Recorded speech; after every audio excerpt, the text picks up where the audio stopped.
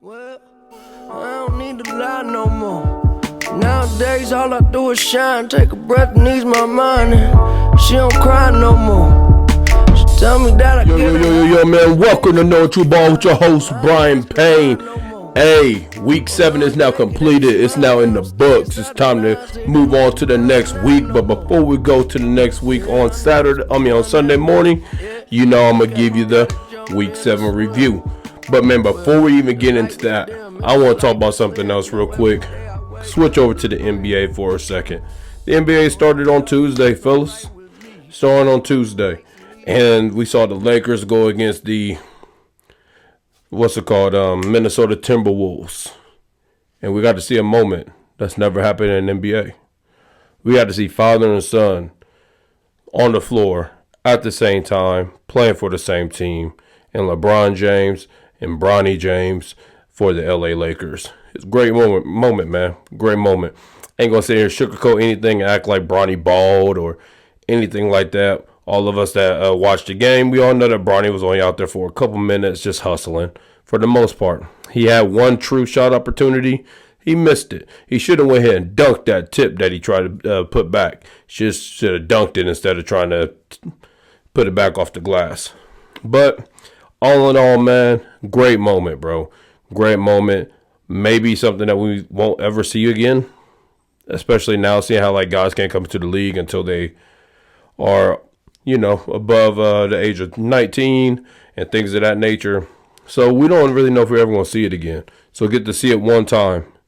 Get to see a man in LeBron James walk out there with James on his back.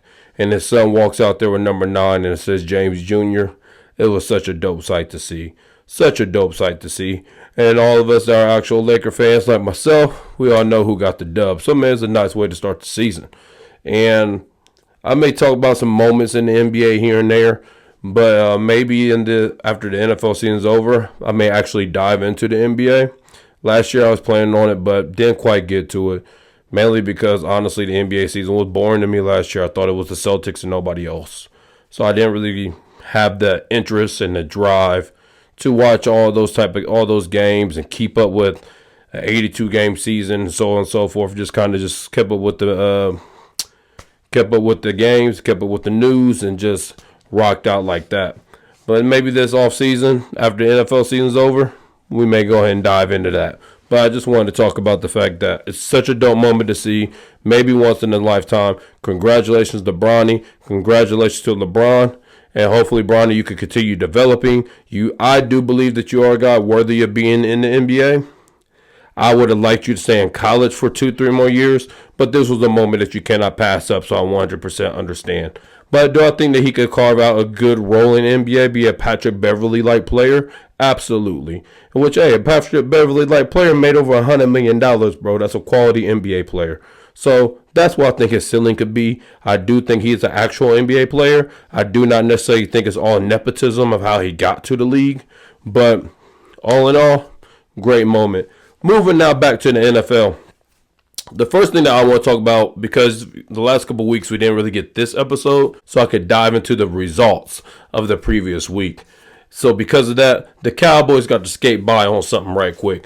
And that's Jerry Jones who got to skate by. Let me talk about this man real quick. This dude 2 weeks ago talked to the media crazy after the game, talking about do you think I'm an idiot and so on and so forth. Then proceeded to go on his talk show, his radio show, and pretty much threaten a radio host employee about asking him a question of why he didn't make a move of a la bringing in Derrick Henry. And then he proceeded to now come this week saying things along the lines of, once again, making excuses of why they could not sign Derrick Henry. That's complete lies. Talking about he does not fit our offense, which is bull jive. And then to turn around and try to blame it on Mike McCarthy of the flaws that's taking place on the Dallas offense and defense. Here's the thing. Number one, nobody called you an idiot. Nobody called you that. But you was a complete dummy not bringing in more help, more physicality to your roster. That was dumb mistake number one. Number two, for you to go on a radio show and threaten people for their jobs just because you're upset with the product that you put out, you being a hoe, straight up. You soft, you spoiled. That's exactly what that was. And you was foul for threatening a man for doing his damn job. That's his job. His job is to ask the questions that the people want to know answers to and try to talk to you about answering those questions. And instead, you want to attack him as a man and as an employee because you failed at your job. You a hoe, bro. It's that plain and simple. Then to turn around and come back next week talking about some, I don't know why that got so much steam. Bro, it got steam because you're being spoiled and privileged. That's why it got steam. Period. And you were foul. Then to continue on your conversation, talking about some Derrick Henry don't fit our scheme. We wouldn't have gave him all those carries, blah, blah, blah, so on and so forth. Guess what? If you don't give him those carries, y'all just a dumb organization. Bring him on your roster. You did have the salary cap. Because guess what? You had the salary cap to try to sign other guys. You signed Eric Kendricks. You signed other guys of that nature. The salary cap that you did have, guess what? We don't see no results of it. Your defense, your rush defense is trash. Your pass rush is trash. Your pass defense is trash. Your offensive line is shaky at best.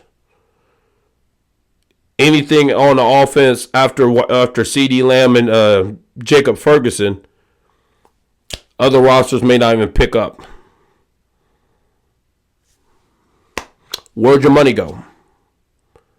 You got worse. Just like I predicted on this show. Just like I predicted. I had you guys going 9-8, maybe creeping into the playoffs with a tie record with the Seattle Seahawks of 9-8. Y'all got worse. And now that I'm watching you guys play, and now I'm watching the rise of the Washington Commanders, y'all might be lucky to win 7 games. This is a bad football team. It's a bad team. And for you to talk about that, if we did bring Derrick Henry in, we wouldn't give him the carries, what else are you going to do? What else would you do? You will change your offense just a tad to make him fit.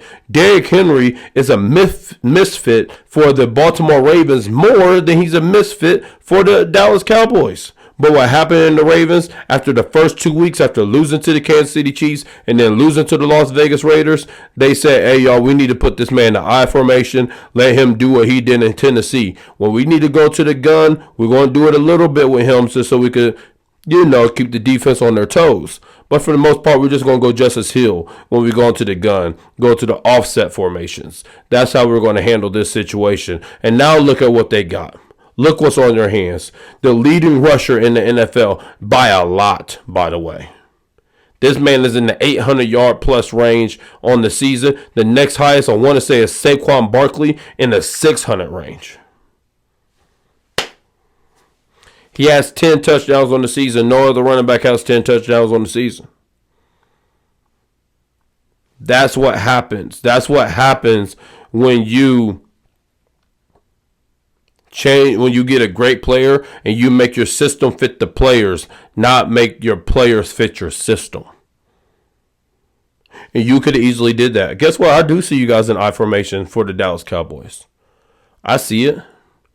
But you're trying to run it with Rico Dowdle and Deuce Vaughn and Zeke Elliott. That's not Derrick Henry. There's a difference. Now, I will say, you guys, I do not think Derrick Henry would be doing there what he's doing in Baltimore. I do not think the tools were there. I think it would have been a better situation than the Tennessee Titans, but it wouldn't be what he's doing in Baltimore. Because also, guess what, Jerry? He only got the ball 15 times last game. He only got the ball 15 carries. If you guys ain't going to run the ball 15 times, that means y'all just got a trash offense. Y'all ran the ball 15 times anyway with Rico Dowdle and these boys. He had 15 carries for 164 yards. Come on, Jerry. Come on, bro. You talking about us acting like you're idiots? Stop treating us like we're idiots. We're not the dumb ones here. You made a business decision. You didn't want to pay Dak Prescott. You did not want to pay CeeDee Lamb. You wanted to hold it out as long as you can and drag it as long as you can, hoping that the price tag will come down on those players. That's what took place. Instead of being a GM, you were being an owner. You was looking at how much money is going to come out of your pockets to pay these guys. Which, hey, I understand. It's a lot easier for me to spend somebody else's money than my own. I understand. But just man up. Man up. Admit that. Move on. Move forward. But that's all I got to say about Jerry Jones, because honestly, I don't really care for the dude, so I don't really want to keep talking about it. But now moving on let's go to the negative things that happened this past weekend. First of all, Chris Godwin got hurt. He dislocated his ankle. For the last thing I saw, he's already had his surgery or having surgery today. And it just sucks. This is one of the moments where it's like you're damned if you do, damned if you don't. A lot of people could look at the situation and be like, why was Chris Godwin on the field? You pretty much had zero shot at winning that game because you already used all the onside kicks that you're allowed to use in the game. You're only allowed to use 2, I believe. So even if you did score a quick touchdown, you wasn't even going to be allowed to kick an onside kick to get the ball back anyway. And you didn't have the timeouts. So, there's a strong case for that. But that's hindsight, man. So I ain't going to jump on Todd Bowles for that. I'm not going to jump on him at all. But with Chris Godwin going down, man, that sucks. Chris Godwin's having a career season. He was having a really, really big time season. He finally got back to full health of what he was a couple years ago, and it really sucks to see him go down. He's one of my favorite wide receivers to watch play. He's a beast in the slot, great route runner. He's physical. He's fast. I love him so much. And to see him go down like that broke my heart, man. It broke my heart. That's just keeping it a buck. So, man, shout out to Chris Godwin and Tampa Bay Buccaneers. Y'all gonna have to go searching for some answers. Moving on now to the next injury that I want to talk about, the Brandon Ayuk injury. Brandon Ayuk tore his ACL and his MCL. That's what it's looking like. He tore both ligaments. It sucks, man. It sucks. It just sucks seeing guys get hurt. It really, really does. It's the thing I hate the most about the game. It really, really is. But it is a part of the game. Brandon Ayuk, he caught a routine catch. Great catch. And just a basic tackle. It just was a normal tackle. It just, unfortunately, his leg got planted in the ground and his knee went. So with that being the case, man, the 49ers, that does affect them tremendously. And that really hurts when you just paid the guy. So with that being the case, man, Juwan Jennings, it's time for you to hurry up and get healthy, step in, and fill a role. It's time for you to make some money.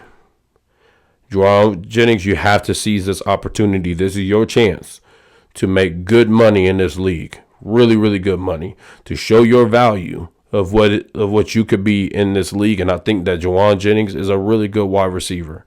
I really think he is. I think that the 49ers already had their pecking order in place, which is great. And he was just a bonus addition. But now you can showcase what you are and who you are. So now hopefully you can get a nice little payday as a number 2 wide receiver for a different roster, if not still for the 49ers. Moving on now to our next injury, bro. We got the Deshaun Watson injury.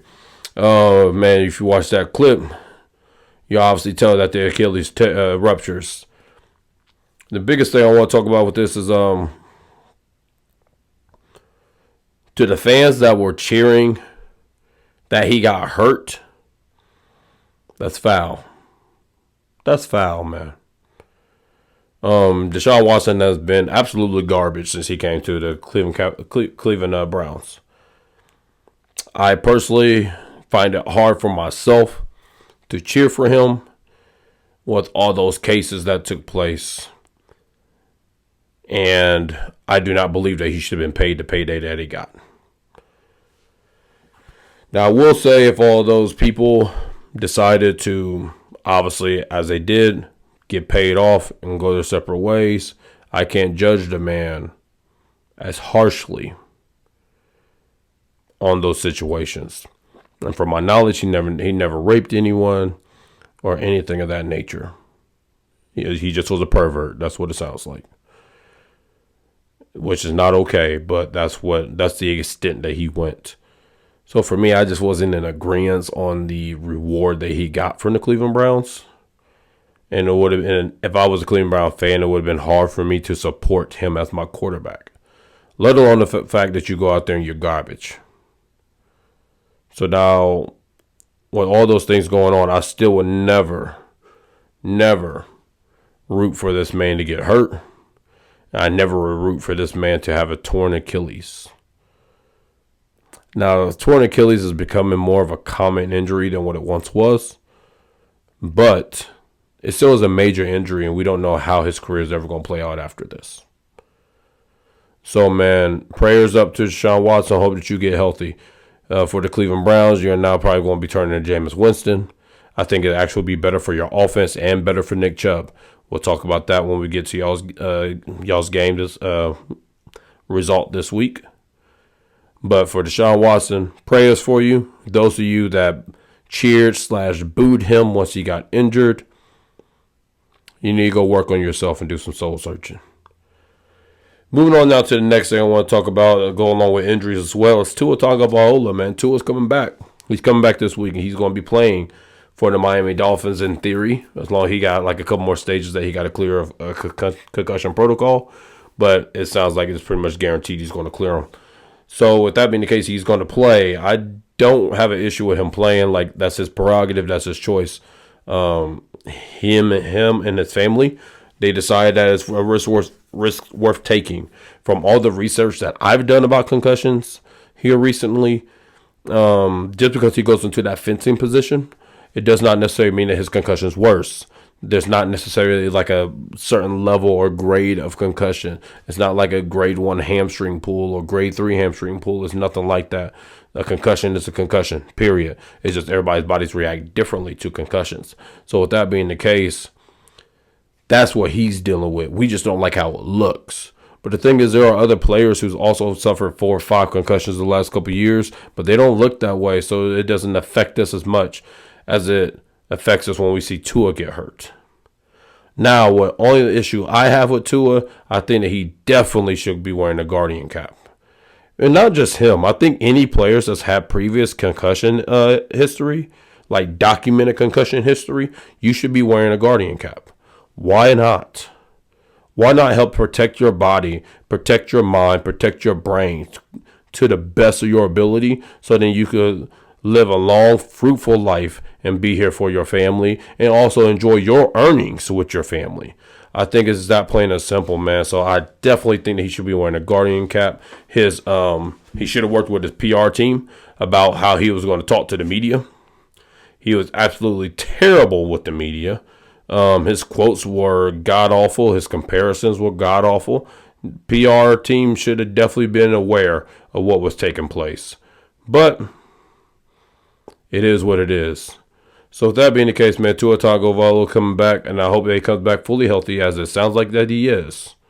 And hopefully he could perform on a great level and hopefully improve the Miami Dolphins.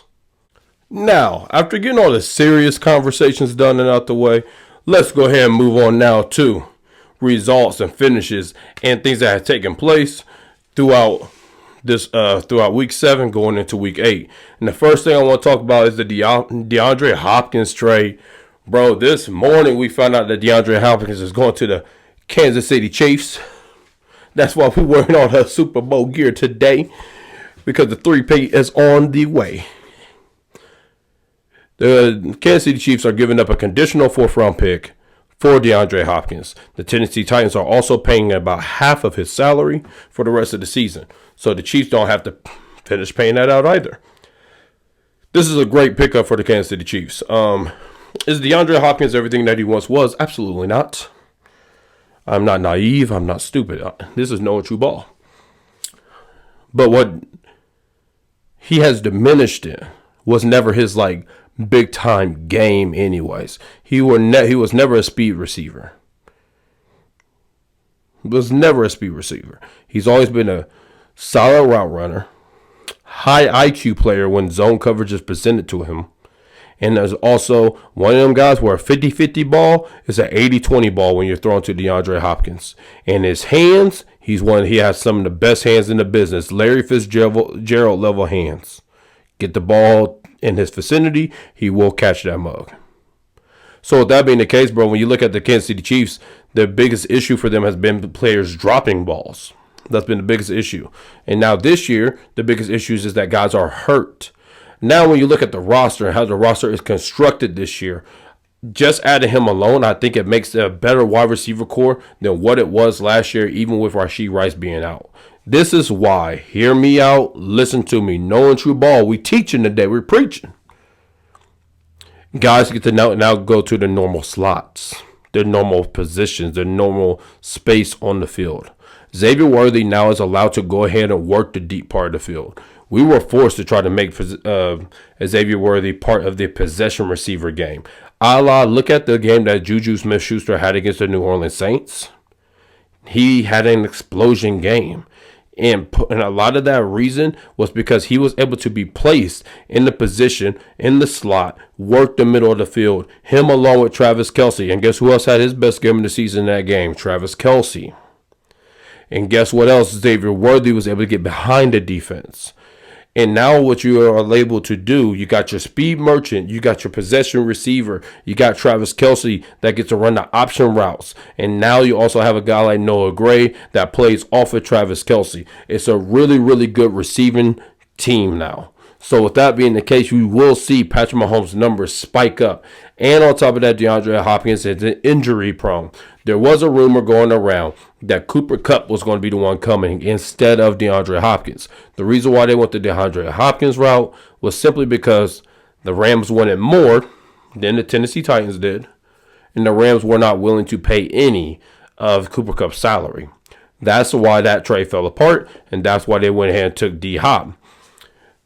But there's a piece of it that I like better getting D-Hop is the injury-prone part of it.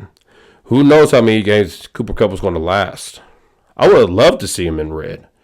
But who would know how many games he's going to last? How many games have you played combined the last 2-3 years? 3 years ago, he played 9 games and he missed the rest of the year with the ankle injury. He comes back last year. He misses all the way until like week 8, week 9, week 10, somewhere in that range. And that's when he finally came back last year. And now when you come into this season, he plays 2 games and now he's out again because of the same ankle. Who knows how many games he would have lasted. And also with Cooper Kupp, he is not a physical specimen. D-Hop is, he is not. And with that being the case, with guys that are not physical specimens, it's harder for them to get on the same page as the quarterback because that's something that just takes time to work. I'm not saying Cooper Kupp is not about a route runner. He absolutely is. Cooper Kupp is a very, very, very, maybe the most intelligent wide receiver in the NFL. Maybe. He knows how to get into the spots. He knows how to work leverage. He knows all of these things. But his stuff is based on timing. Everything's timing. And when you work with Matt Stafford for an entire offseason to go into the Super Bowl year to get into that, when you worked in that offense since you was a rookie and now it's year 5, year 6, and now you got Matt Stafford, he knew everything. And Matt Stafford got to work through OTAs, training camp, mini camp, so on and so forth to get that timing down packed. Patrick Mahomes would not have that time. That's what the problem would have been. It would have took about 4 or 5 weeks until you started seeing Cooper Kupp really, really start having like that Cooper Kupp effect on the offense. With D-Hop, you get to kind of plug him in now. In a worst case scenario, D-Hop, I could throw that John up there to you. Worst case scenario. Now, I also love it because people are forgetting Hollywood Brown will be back. Juju will be back. I like Juju in Kansas City. I like him a lot. I told you that at the beginning of the year. He's a great guy to sub in for Rashee Rice, and it showed in the New Orleans game. He's also a great guy to spell DeAndre Hopkins. So I do love those things about it. And now when you add in a Hollywood Brown and Worthy on the other side with Travis Kelce, with Noah Gray, and eventually Isaiah Pacheco will be back to complement and work with Kareem Hunt in the backfield. I'm telling you guys, the Chiefs are loaded on offense. This is going to be an explosion about week 14, week 15. And the fact that they are 6-0 anyways, y'all in trouble. That's all I'm going to say, y'all in trouble. So, man, let's go ahead and get to our game reviews, man. We're going to get through these things, push through these bad boys. The first game we're going to talk about is the Miami Dolphins at the Indianapolis Colts. Final score of this game was 10-16. There isn't really a whole lot to analyze in this football game, and the Dolphins are just mightily missing Tua Tagovailoa. It's that plain and simple. They did run the ball to an effective level in this football game. They had good averages, but they couldn't seal the deal, and they couldn't get touchdowns. It's that plain and simple. And if you don't score touchdowns, you're not going to win the game. For the Indianapolis Colts, man, we got to develop Anthony Richardson. We have to. If y'all chose to go this route, I wasn't the biggest fan of his in the draft that year. He's wildly inaccurate, and it shows every single time he plays. Every single time he plays. Now, he is a physical specimen. I do know that you did not have Jonathan Taylor in that game. I understand. But you got to be better than like 10 or 21 passing. You got to be better than that. Guys that are not accurate, you can run an offense and a system that will propel them to complete 60% of their passes. Bro, I need you to at least give me that. That will keep the offense on schedule. This game probably should have been a blowout. I didn't actually watch the whole game. I just watched Red Zone. This game probably should have been a blowout with the Indianapolis Colts beating them down. But the fact that you were not on schedule, I know how many times that y'all went 3 and outs. I know that. I know how many times drives died because you could not complete a pass for a first down. I know that. That's why I've been preaching all year when it comes down to Anthony Richardson. So, man, Colts, y'all got to develop him. Jonathan Taylor coming back will help him and take the big load off his shoulders. But Anthony Richardson, you have to get better, brother. You have to get better. The next game, man, we're going to talk about the Carolina Panthers at the Washington Commanders. Final score of that game was 7-40. A 40 ball put on their head. Now, Jaden Daniels got hurt early first quarter, but Murray, he's on his way to explode. So, with that being the case, there ain't really a whole lot to talk about with this game. The only thing I really want to talk about is Commanders, great job. You do what you're supposed to do. Good teams are supposed to be bad teams. So, good job to you guys. That's my analysis for them. For the Carolina Panthers, it looks like it wasn't Bryce Young's fault. I do understand why the benching took place. Bryce Young, you wasn't playing well. For me personally, I wouldn't have drafted you. I'm just going to keep it a buck. You weren't playing well. The ball wasn't moving. The offense wasn't moving.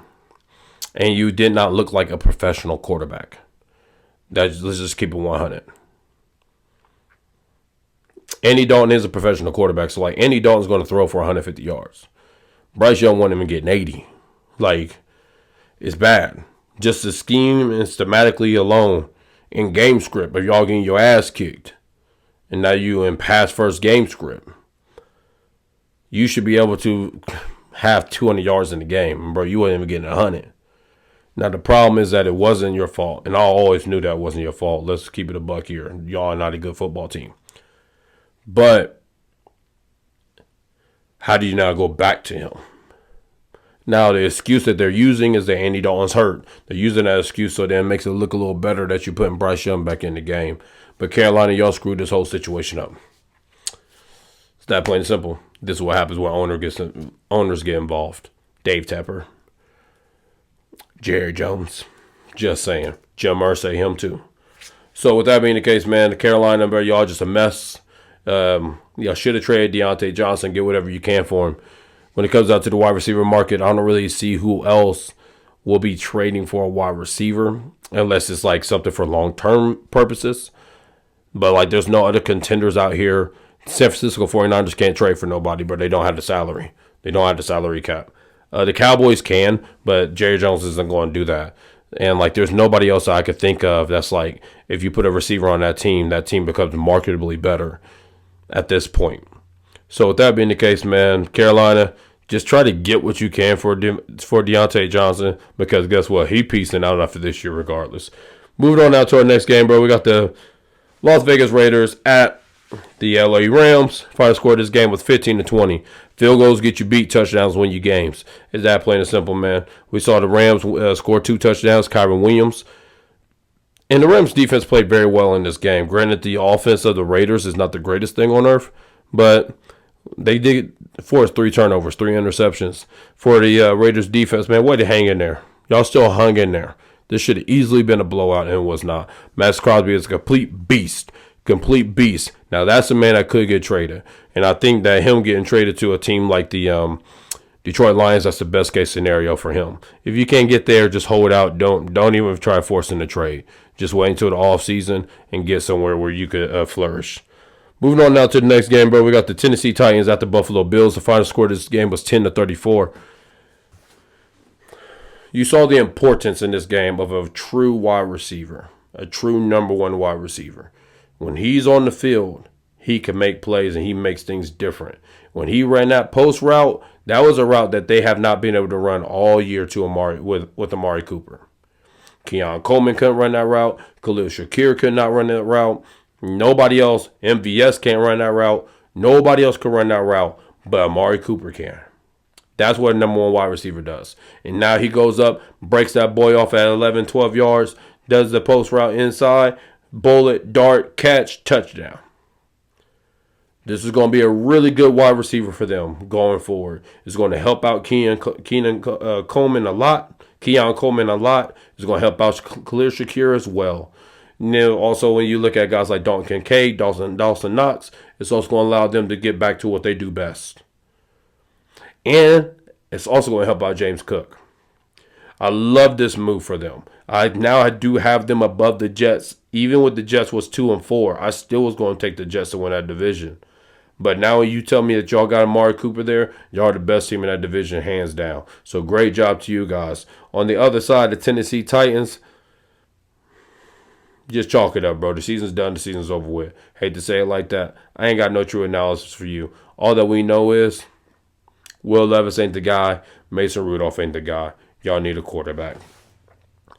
Moving on now to our next game, bro. We got the New England Patriots at the Jacksonville Jaguars. This game was played in London. The final score of this game was 16-32 with the Jaguars getting the dub. We saw Drake May have a good game. He had a good game. And when you're coming off the game that he had against Houston as well, you see the talent there. You do see the talent, which I was skeptical of the talent. I'll be the first to tell y'all that. Very first to tell y'all that. He was not one of my favorite quarterbacks coming into this year at all. His feet are sloppy. I thought that he made a lot of mistakes. He takes a lot of sacks. So I wasn't the biggest fan of his. But, man, he looks like a good quarterback. He looks like he will be good. That is a bad offensive line he's behind. He does not have the greatest wide receivers there. His offensive scheme is trash. And for him to still go out there, be 26-37, 276 and 2 touchdowns, no interceptions, no turnovers at all, I'll say that's pretty good. Now, granted, they got their ass kicked at the end of the day. The team's not good enough. But y'all may have found your quarterback for years to come. On the other side, man, Trevor Lawrence, you didn't lose the game. Is that plain and simple? Like I've always said, you are the average quarterback in the NFL. You are the middle quarterback. You are that. That's what you are. Complete average. You are the new Alex Smith. That's what you are. On a good team, you'll be great. On a team that needs you to win games, you can't do that. That's not your skill set. That's not your superpower. So with that being the case, man, for Trevor Lawrence, you did a good job not making no mistakes and allowing your team to win the game. For Tank Bigsby, had a career day, man. 26 carries, 118 yards, and 2 touchdowns. Travis Etienne, bro, you might have to go ahead and get up out of town. Why would I pay you? And I like Etienne. I think Etienne's a dog.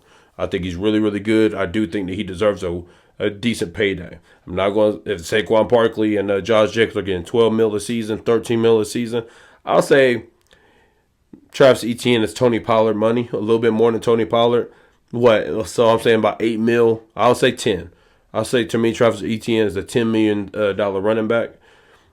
I would love to have him on my roster. But you cannot do what you've done this year and then let Tank Bigsby go out there and get 118 and 2 touchdowns. That's not a good look. It's not a good look, my guy. But to Tank Bigsby, great game. Focus on running the football to the Jacksonville Jaguars. Continue trying to work on that. As y'all come back to the States and y'all's season will continue, I don't really see y'all doing much at all. But play hard, put up a great effort, and I think it is what it is with you guys. Moving on now to the next game, bro. We got the Philadelphia Eagles at the New York Giants. The final score of this game was 28-3. It was a great game for the Eagles, man. The Giants, your offense looked like what I thought that it should always be looking like, ass. And for the Philadelphia Eagles, defensively, bro, you saw Jalen Carter now have once again his great effect that he could have. You saw the defense be stifling against the run. And now also with the passing game, they did great against that as well. Daniel Jones got benched in this game, as he should be benched in it anyway. But that's neither here nor there. You were able to slow down Malik Neighbors to a great degree. And I really like what I saw on the defensive side. Y'all didn't play soft. Offensively, Saquon Barkley goes off for 17 carries, $176 and a touchdown. Should have had 3 touchdowns, but you know Jalen Hurts tush push hurt. Is that playing a simple guaranteed tutty? I understand. I get it. You about winning games, but not about stats. For Sirianni, great job talking to Barkley about whether if he wanted to break his personal career high or not, and allow him to make that choice. But back to the game. It's a great game. Great game. Offense played very, very well. This is what happens, though, for the Philadelphia Eagles. Y'all focus on using your run game over your passing game. Let the pass game play off your run game. You have one of the top 5 running backs in the league on your roster. To me personally, he might be number 3. And obviously, it's Derrick Henry 1 for me. I'm still going to say Christian McCaffrey when he plays. He's number 2. And then number 3 is Saquon Barkley right now for me. So with that being the case, man, run your offense through him. You brought him here. He's here for 4 years. Use him. It's that plain and simple, bro. Because now you can get into play action boots, things of that nature with Jalen Hurts to get the ball down the field to A.J. Brown, work the slot with Devontae Smith, and things of that nature. Offensive line is strong, so just run it. It's not rocket science. Just run it. The only thing that I'm fearful of with the Eagles is that they get in their own way with their play calling. They get in their own way. There's a lot of egos on that team that don't want to let their egos go, including Jalen Hurts. And then number 2, this game was easy to play for. Y'all needed a dub, so your energy was high. It was a revenge game for y'all's new homeboy. Energy high.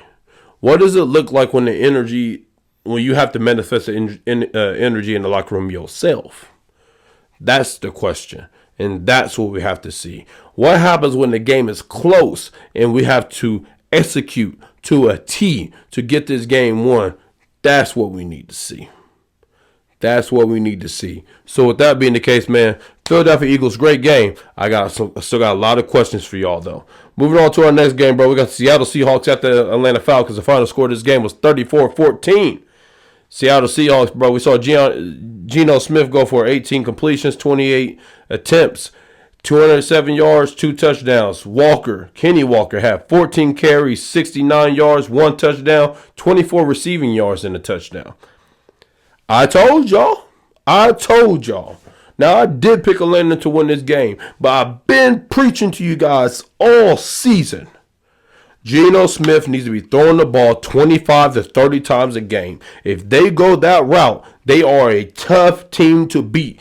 Give the ball to Kenny Walker and Zach Charbonnet. Let them lead the offense in terms of carries. This should be a very balanced attack. And when they were balanced, what happened? 34-14. That's what happened. Now, on the Atlanta Falcons side, you guys got to figure out how to use play action. You got to figure out a way how to utilize Bijan and play off of Bijan. Also, speaking of Bijan, I think that you need to take him off of short yardage carries. When y'all need a 3rd and 2, get him out. When you guys are on the 2-yard line, get him out. That's not his game. It's been 2 years. We've seen it. Tyler Algier is better at those type of situations than Bijan Robinson. He ain't got enough weight on him. He gets pushed back. He never falls forward. But he's an explosive play waiting to happen. He still is your number 1. It reminds me a lot of like a situation for them, Warwick Dunn and Michael Turner. Utilize them that way. Or was it Ward Dunn and TJ Duckett? Either way, whichever way it was, utilize them that way, and then you guys will be legitimate in your run game. And once your running game is legitimate, Kirk Cousins is great at play action pass. And now we can get into working down the field concepts. And the biggest thing I want to address with this offense is y'all got to find a way how to work Kyle Pitts and Drake London off of each other. Those are your two most explosive players on your offense. I'm not talking about speed demons, speed merchants like the Darnell Moonies. I'm talking about like the consistent chain movers. It's them two. One thing I loved, when we're going to get into it later, about the Jets game against the Steelers, you always saw Garrett Wilson and Devontae Adams on the same side. Cause confusion. Do that. Get them on the same side. It's going to cause more confusion for the defense. And make them run their route concepts off of each other. Make them pick one.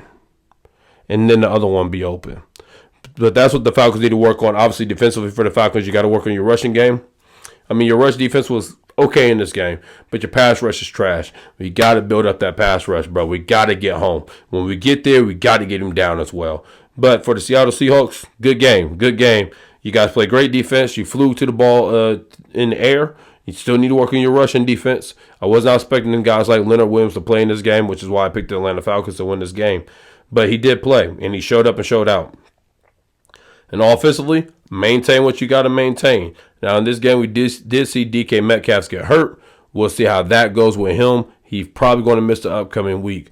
But keep Geno Smith in this window, 25, 30 attempts a game, and that's going to up your chances of winning. If he's touching 40 to 50 passes in the game, I guarantee y'all lose every time, just like the Detroit Lions with Jared Goff. Moving on now to our next game, bro. We got the Cincinnati Bengals at the Cleveland Browns. Oh, man, I watched this game. Like we already talked about, Deshaun Watson getting hurt. For the Cincinnati Bengals, y'all tick me off. Y'all tick me off. Y'all play up or down to your opponent. How about you be a good team and play to your standard? You and the Philadelphia Eagles are the only teams that do this in the league today. If y'all play against the Chiefs, it could be a one-score game. You play against the 49ers, one-score game. You play against the Ravens, one-score game. You play against Carolina, it's also a one-score game. What the hell is going on? What are we doing? What are we doing? Now for them, you have no running game. Your run game's trash. Your run game's trash. You need to just focus on passing the football. This is the team where the passing attempts for Joe Burrow need to be between 30 to 40 a game. And go ahead and run quick screens, run whatever you got to run to give the illusion of a run, if that makes sense. It's not a run, but it's kind of a run because it was a short pass type of deal. Also, stop fooling around with Zach Moss. Chase Brown is your guy. He's your number one running back. Now, offensive line, y'all got to get better, bro. Y'all got to get better. These offensive tackles are terrible. They're terrible. And the offensive guards did not play well in this game as well either. So with that being the case, man, Cincinnati, y'all got some soul searching to do. Y'all still got to get better. Y'all got to figure out a way to run the football. I think that will answer all your problems. And just show a commitment maybe to running the football a little bit. I know I'm saying pass the ball like a lot. But the thing is, I should at least be afraid to watch you do a play action pass. I'm not scared of it at all. At all. Jamar Chase, T. Higgins, yard dogs. T. Higgins having a career year this year. Don't sleep on him. Hey, young boy, go ahead and do what you got to do to get paid. Defensively, y'all had a solid day, but also you play against the Cleveland Browns. For the Cleveland Browns, my biggest issue with you guys is that you were running an offense for Deshaun Watson. So I'm not going to judge you guys too much because now you're going to run this Kevin Stefanski offense. And this is the offense that Nick Chubb should thrive in. Nick Chubb is a lot like Derrick Henry. Do not put him in the offset. He is an I formation running back. Put him 8 yards deep and let him go to work. That's what you need to do. And now we're going to see that. From Nick Chubb in this game, what did I see? I didn't see a whole lot, mainly because he got met at the line of scrimmage as soon as he got the ball pretty much every time. He had 11 carries for only 22 yards. Thank you. He got that touchdown. Good to see you, Nick. You, my guy. I got a lot of love for you, my brother. But, man, with that being the case, man, I didn't really get to see, like, the explosiveness in his legs. I didn't get to see the wiggle or anything like that. So with that being the case, I don't really know where he's at health-wise. And I cannot really tell you guys what my expectations are for him going forward. But what I can tell you, Put him in the I formation. Don't put him in that shotgun. That's not his game. Moving on now to our next game, bro. We got the Tennessee Titans. Tennessee Titans. We got the Houston Texans at the Green Bay Packers. The final score of this game was 22-24. We saw C.J. Stroud go 10 of 21, 86 yards. Joe Mixon had a day. He had 25 carries, 115 yards, and 2 tutties. We just missed Nico Collins. They missed Nico Collins. What has now been proven for them and why their pecking order was the way it was. Stephon Diggs is just a possession receiver now. He is now wide receiver 2. He is not a 1 no more. I got love for Stephon. I still think he got a few good years left, but he has to be a number 2. He's not a 1. He is not a 1. Jair Alexander locked him up. He is not a 1 no more. That's not what he is. And then Tank Dell, he's not ready. He's not ready. He's not ready to take that extended step. And on top of that, I still wonder how healthy he truly is. A lot like Tony Pollard last year. And if you guys look into this kind of research, you guys will find out it's going to be the fear going forward with Chris Godwin as well. Just because you break a bone, it's easier to heal a bone than to heal a ligament. But when you break a bone, like how he did breaking his leg, you also damage a lot of ligaments. And those ligaments take longer to heal. So I think that could be something going on with Tank Dell. He doesn't have the same explosiveness as he had last season. Next season, he'll be back. But this year is a little off. They miss Nico Collins. It's that plain and simple. So right now, what they need to focus on being, just focus on being a run team. Y'all were pushing the line. Y'all were pushing the defensive line back. Like I said, Joe Mixon did have 115 yards. I saw big gaping holes. Focus on that. Work the play action pass game. That's your best scenario. Let C.J. Stroud be a game manager, as y'all did attempt to in this game. Allow him to be a game manager. Do not ask him necessarily to go out there and throw the ball 30, 40 times. On the other side, bro, we got Jordan Love going for 24 for 33, 223 touchdowns, and 2 interceptions. This quarterback I probably have the biggest love-hate relationship with in the league. I love watching him play. And when you watch him play, he makes throws that are beautiful. But then you see decisions like, bro, what the hell are you doing? And that's what's going to hold them from being a Super Bowl team. That part. The past 2 weeks that could have won the game instead of having to kick a long field goal. Throw the ball more inside. But you couldn't because you sitting here trying to throw a fadeaway off your back foot. Step into that. Drive that ball. The interceptions are on you every single time they're on you. And more times than not, it's because you panicked and threw the ball in double coverage or something of that nature, trying to rely on your arm to beat the coverage instead of your mind. Instead of your mind. Also, the running game is not good enough. It's not good enough. I am not worried about you guys getting a goal line touchdown. I'm not worried about you guys converting 3rd and 2s, running the football.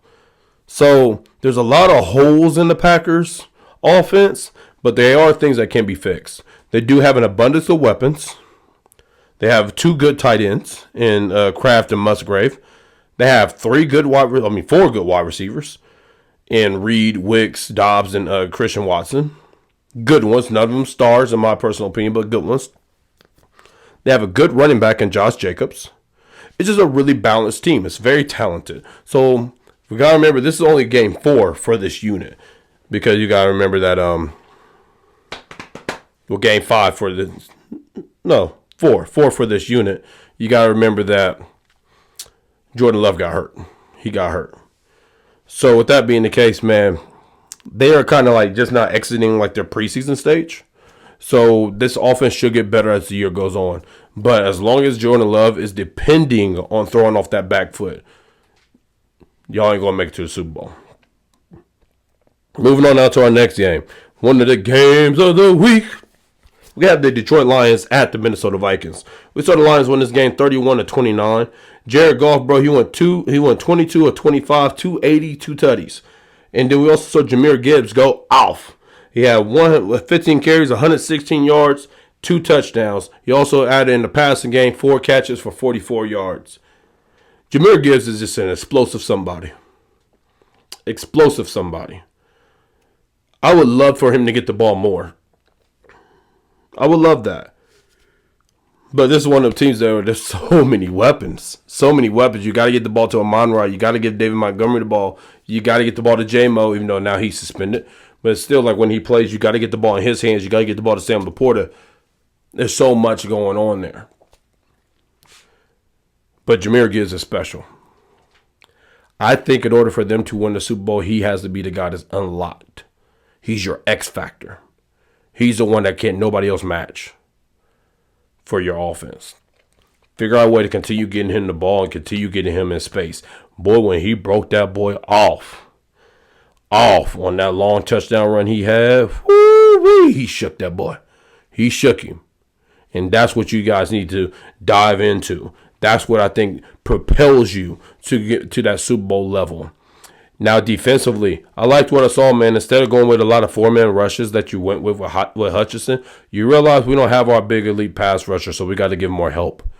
And the way that y'all blitzed the Minnesota Vikings, it was great. I personally thought that the Lions dominated this game. They made mistakes late that allowed the Vikings to get back into the game. But I do also love what I saw from the Vikings, bro. You saw fight, you saw will, you saw heart, you saw execution when it was time to execute at the highest level. So with that being the case, man, I like what I saw from them, but the Lions show why that they are the better team than the Minnesota Vikings in this game. Moving on now to the Kansas City Chiefs at the San Francisco 49ers, bro. In this game, the quarterback struggled. This was a defensive fight. We saw Pat Mahomes go 16 of 27, 154, and 2 interceptions. Now, he did contribute on the ground with 33 rushing yards and 1 touchdown where he ran over a boy. And then we saw Brock Purdy go 17 to 31, and he threw 3 interceptions. The reason why these quarterbacks struggle so hard into this game is because, one, Patrick Mahomes doesn't have a number one wide receiver. He now does in D Hopkins. But the second interception should not have been an interception. At worst, it should have been an incompletion, but Xavier Worthy is small. And Xavier Worthy bumped him, as he should have. It wasn't defensive pass interference, nothing like that. But he got bumped. And he fell. Like, is that plain and simple? D-Hop don't fall off of that. No true number one wide receivers will fall off of that. For Travis Kelce, they've seen him many times. They had a great game plan to stop him. And then the other interception that Pat threw that got tipped, that is on Pat. But also part of that is because of the fact that he did not trust his tackles to hold up. So he was anticipating a throw instead of reading a defense. And that's what took place. And that's on Pat. You at the end of the day, it sucks, but you got to trust Juwan Thomas. You got to trust him. I don't trust him either. I think that he's trash. I think he's the worst part of our offense. But he's your guy. You got to trust him. You got to let the play manifest itself. And with that being the case, man, that's why he had those mistakes. That's why he threw those interceptions. Looking at the other side, talking about Brock Purdy, he pressed. This is what happens when you do not have Christian McCaffrey. Deebo Samuel doesn't really do a lot against the Chiefs. He's not refined enough as a route runner, and the Chiefs have guys that are fast enough and physical enough to also handle him when he gets the ball in his hand. But the issue for him is, the issue for the Chiefs is Christian McCaffrey, because he could run the ball or go out and run option routes. You could get the ball in his hands many ways, and it's hard to slow that down. It's hard to stop. So without Christian McCaffrey out there, we're finding out who Brock Purdy is. Now, I do not think Brock Purdy's that bad. The Chiefs have a top 5 defense in the NFL. Brock Purdy is better than what we saw against Kansas City. But we're seeing how much he truly misses Christian McCaffrey. And also, I got to jump on Kyle Shanahan. You're supposed to be an offensive genius. There is one person on that Chief defense and about our scheme that I just do not understand. I got love for Justin Reed. I do not understand why we let him go one-on-one against elite tight ends. He gets cooked every time. That was your mismatch. George Kittle should have went off on us for $150 and 2 touchdowns. Easy. He should have went off for that. But instead, he did not. I do not know why they did not just make him the focal point of the offense this week, but that's what they decided to do, and that's what allowed the Chiefs to win the game. Because Justin Reed gets burnt when he has to go one-on-one. He is not a man-cover safety, but when the Chiefs are blitzing left and right the way the Chiefs do, he has to drop down to the box and go man-cover sometimes, and that's what causes the problems. So now on the other side of the field, how did the Chiefs win this game? They won this game with a very solid running game. Very solid running game. Kareem Hunt had 22 carries, 78 yards, and 2 touchdowns. It's not the highest efficiency that you would like, but it is more than 3.5 yards to carry. But what it did, they just churned them chains. Just turned the chains. The chains kept moving. And that's what Kansas City is focused on. Kansas City is focused on winning games as a defense first, offense second. Defense, keep us in the game. Patrick Mahomes, I'll close it. Just have me close it. As we saw when Patrick Mahomes had to truck that boy for a touchdown. And just an FYI, that boy did not want to go back to film study. When they go to study that film, that defense is on his ass. They own him. He's getting roasted the rest of the year. That's just an FYI. That's just like you got tackled by a kicker. That ain't supposed to happen. Moving on now to our next game, bro. We got the New York Jets at the Pittsburgh Steelers. The final score of this game was 15-37. Aaron Rodgers was 24-39, 276, 1 touchdown, and 2 interceptions. One of them not his fault. Russell Wilson was 16-29, 264, and 3 touchdowns. Najee Harris was 21 carries, 102 and a touchdown. Warren was 12 carries and 44 yards. And Pickens was 111 yards off of 5 catches and a touchdown. For the New York Jets side of it, the Jets, defensively, you guys are not what you thought that you were. Y'all got to be better. Y'all got to challenge yourselves to be better. Because the talent is there. We've seen it. We've seen y'all do it. Y'all got to dig it out the mud and get it. Y'all got to act like y'all still got Zach Wilson, not Aaron Rodgers. Now, on the offensive side, Aaron Rodgers and the boys. Y'all, these last couple weeks, your, I forget the exact term that people like to use for it, but your initial plays, your first 15, has looked really good. Has looked really good these last couple weeks. But after that, when the defense started making their adjustments, y'all are ass. Y'all are bad after that. I think that they need to continue using Garrett Wilson and Devontae Adams on the same side. But y'all need to focus on running the football. I think Aaron Rodgers needs to drop these pass attempts down to the Geno Smith, Jared Goff range, 25 to 30 times a game. I think that's your winning formula. And then Breece Hall, who did have a good game today. I think he had 12 carries, 40 yards, and he had, I don't know how many catches he had, but I know he had 103 yards in the air. And I want to say he had a touchdown as well. Y'all got to focus on running the football, Breece Hall. And stop taking Breece Hall off the field. Let Breece Hall be a number 1 running back. I like Braylon Allen. He's a nice spellback. But I be seeing him too much sometimes. Let Breece Hall lead that show. That's what he does. That's all I really got to say about the Jets. Y'all got to block better, run the ball a lot more, and focus on just moving the chain. Stop trying to score a touchdown every time y'all have the ball. Other side of it, the Pittsburgh Steelers. This was a great running game for y'all. I'm more impressed with the running game than the actual passing game itself. Now, I am a person that believes that Justin Fields should have been the starter. I still feel that way. I feel like what Russell Wilson did in that game, I feel like a lot that Justin Fields could have done. This is the thing. Knowing true ball here. Russell Wilson comes to this team. He was promised to be the starter. That's what actually took place. Justin Fields came available. Mike Tomlin, he don't care about all the political stuff with the game. He's just like, I want the best players. If I get Justin Fields as my QB2, that's better than anybody else's QB2. Give me him. That's what actually took place. This was never a competition. It was never a competition. Russell was the starter. So now when Russell gets healthy, he comes in. Russell, trash to start off the game. Trash. Then after that, he got to average.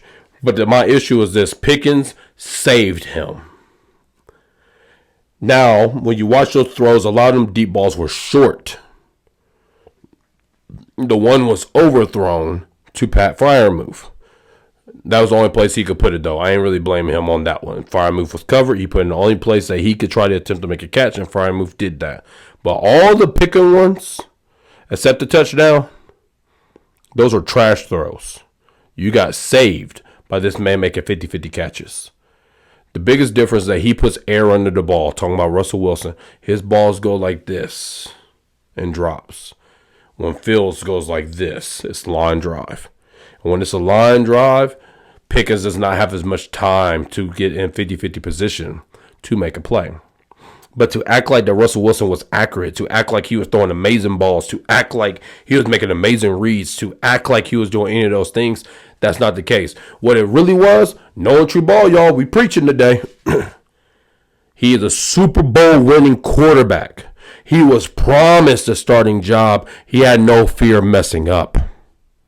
His confidence is higher than Justin Fields. Justin Fields is one bad play away from being out the league, because that's how the league views him. This is years of bad coaching with the Chicago Bears. And now he's coming over here. He's terrified to throw an interception. So, yeah, I see Pickens. I see that I got a shot down there for him. But I'm not going to take it because that could be an interception. I ain't getting benched for him.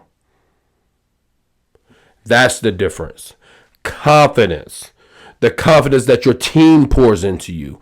That's the difference. You wonder why he wasn't willing to throw the tight window throws? That's why he's afraid to get benched. He's afraid to lose his job. That's what that was. I'm not covering for him. You step on that field, Justin Fields, you got to make those throws. You got to make them. But for me, the reason why I didn't want to see him pulled is because every single week he was getting better. And you just continue that progression, and I think that he has a better trajectory of a season than Russell Wilson does. That's just my personal opinion. But kudos to Russell Wilson, man. You had a fun day.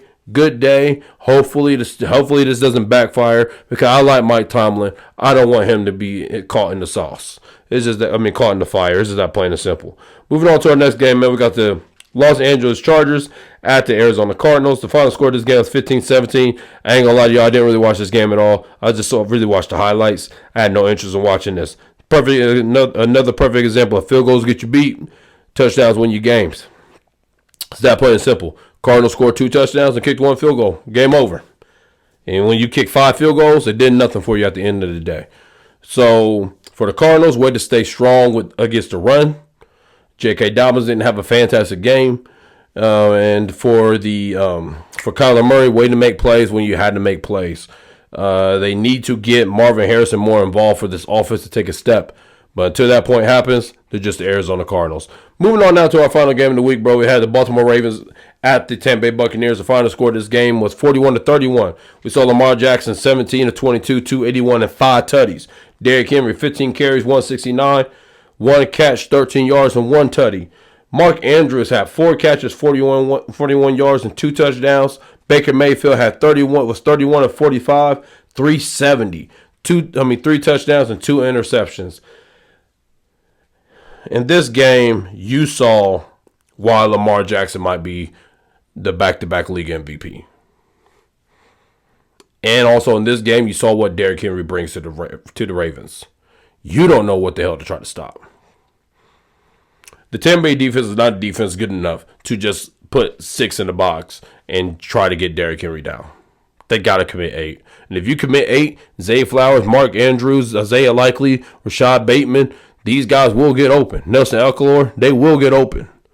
And Lamar Jackson has progressed in his game to be able to hit those open guys, to hit them open receivers for touchdowns. He's hit a point in his game now that he can make you pay. He can make you pay for show. Your offensive line is solid, and then you got a beast of a man in Derrick Henry behind you. This offense is complete. The issue with this team that nobody wants to talk about is this defense. This defense gives up yards and gives up points. And they give it up in the worst time. That's the problem. This final score should have been 41-10, period.